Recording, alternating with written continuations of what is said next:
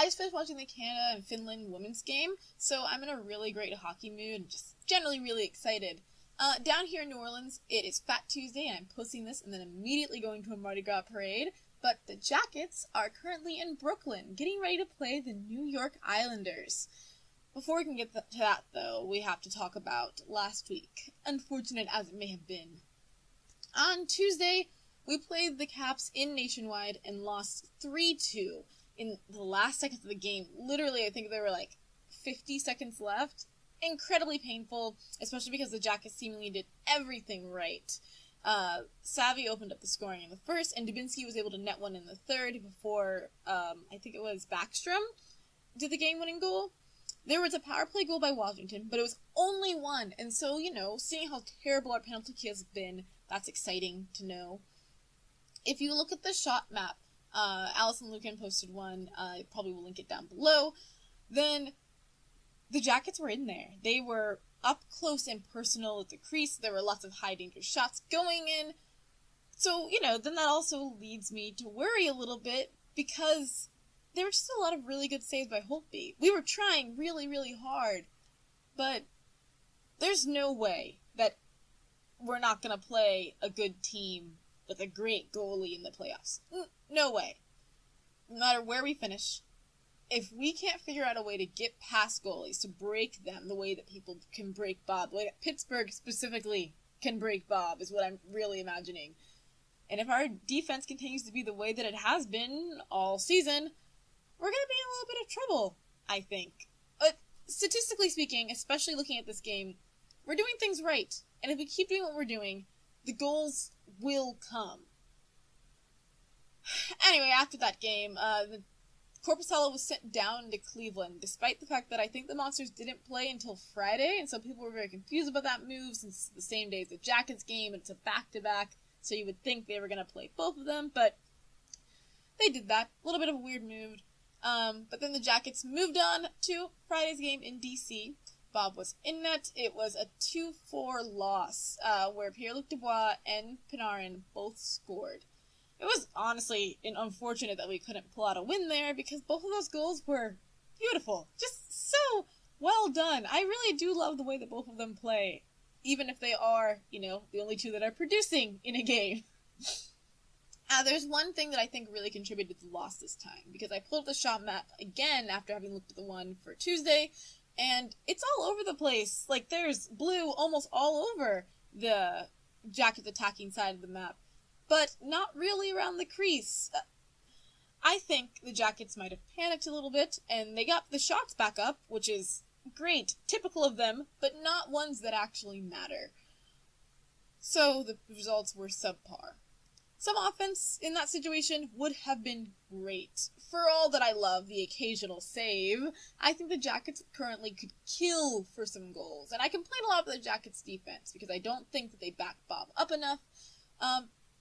But before this Saturday, the Jackets' offense had been pretty stagnant for at least half a month, with over half the forwards in scoring droughts and just generally not playing well.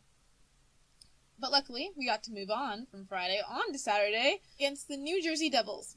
I've been thinking a lot about the Tortorella quote from last year in March when we had the losing skid, where he was like, he just wanted them to be able to win a game and put on the music, because I would, after losing so many games in a row, I just really just wanted to win, any win, and I thought that the Devils, it was going to be close, because they're so similar to us, and we're both, good, fast teams, with good goaltending and young players.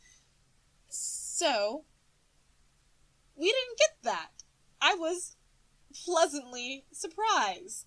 For Hockey is for Everyone night, and the last night of the Blue Jackets dad trip, the Jackets held a clinic and beat the Devils 6-1. It was beautiful.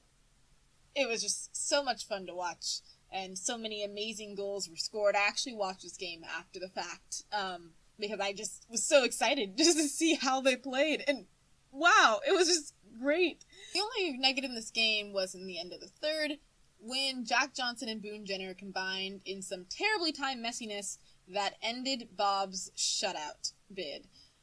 Johnson fell on Bob, and then Boone sort of just swung his puck wildly, it looked like, right near the net, and might have even scored an own goal. It was just super bad. Besides that, we looked great, especially offensively. Obviously offensively. Bob looked good, which he hadn't for a while, I think. Saturday's game was really, I think, a case of everything coming together. The way that we've been saying, oh, but by the stats, they're looking so well, and we should be winning more games, we should be scoring more goals. Well, they showed up. The Jackets' luck turned around there, and I think we can only really hope that that'll set the tone for the rest of this year. But while we're on the subject, actually, Bob has not looked super fantastic in the past months. It started in December, I think. He just suddenly dipped, and he's been getting back up there, but definitely not at the quality that he was in November. I see a decent amount of Bob criticism on my timeline, and sometimes I'd say that's definitely warranted. But I think that another thing that's really affecting the Jackets, besides Bob not being, Vezina quality again, is that we have about half a working D pair on a good night, if you factor in how Zach Werenski's playing injured. I mean, in his defense, David Savard has been scoring goals recently, so that's really nice, but he and Johnson are playing about 20 minutes a night and are defensively a nightmare. Our third pairing is a revolving door of D-men who are either pulled from the monsters and not really all that great at NHL play, or Scott Harrington. It's just, there are a lot of different things going into why the Jackets' defense isn't super great, and I'm vaguely worried. On the bright side, though, high danger shot attempts are going up. Allison Lucan did a report for The Athletic on statistics of the Jackets returning to form, and I'm very excited about that, because I do try and stay optimistic. So it's really good to know that the Jackets are returning back to where they should be. So, back to something I said earlier, Zach Werenski is playing banged up. Yeah, we've known for a long time, but Tortorella confirmed that Zach Werenski is injured, and it's not anything that means that he has to leave the lineup right now.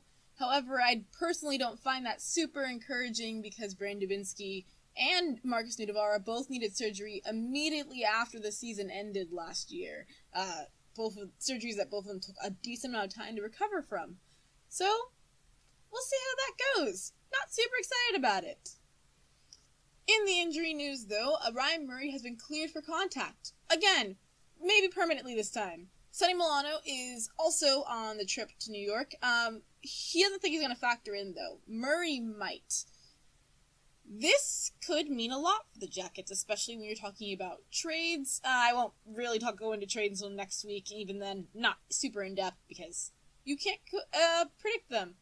But if Ryan Murray can come back, and he can play at the level he was playing before he got injured, that can mean a lot for our defense. If Sonny Milano can start producing, he wasn't really producing when he went out, but he was getting back on the horse. If he can start producing, then that would also mean a lot for our offense.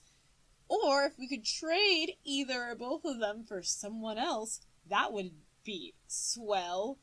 I personally would be upset. I do get really attached to Jackets players, so I would miss them, but for the good of the team, right?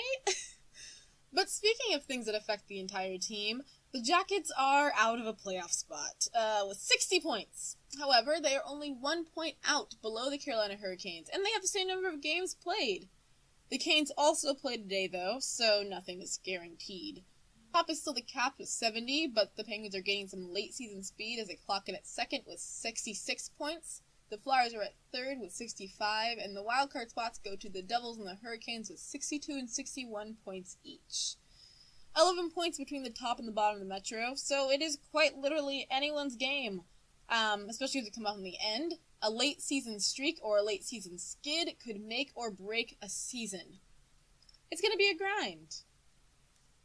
The Jackets play the Islanders tonight, as I mentioned earlier.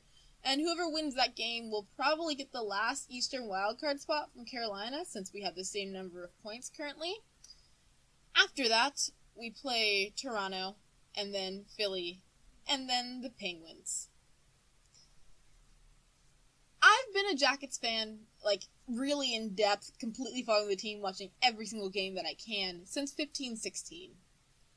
It could be worse. I know it could be worse. I know that our anger means that we care, and that's really important. But I'm really, really worried. It's kind of bad right now. And I'm not saying that we need to keep the momentum from Saturday to put our postseason hopes not in peril, but I'm also a little bit worried that that might be the case. There's not much we can do, though, but hope and believe in the Jackets. So, that is it for this one. Thank you so much for watching. Hit that like if you liked this. Click subscribe if you loved it. I'm Lydia. This is Cannon Fire. And let's believe in the boys, yeah?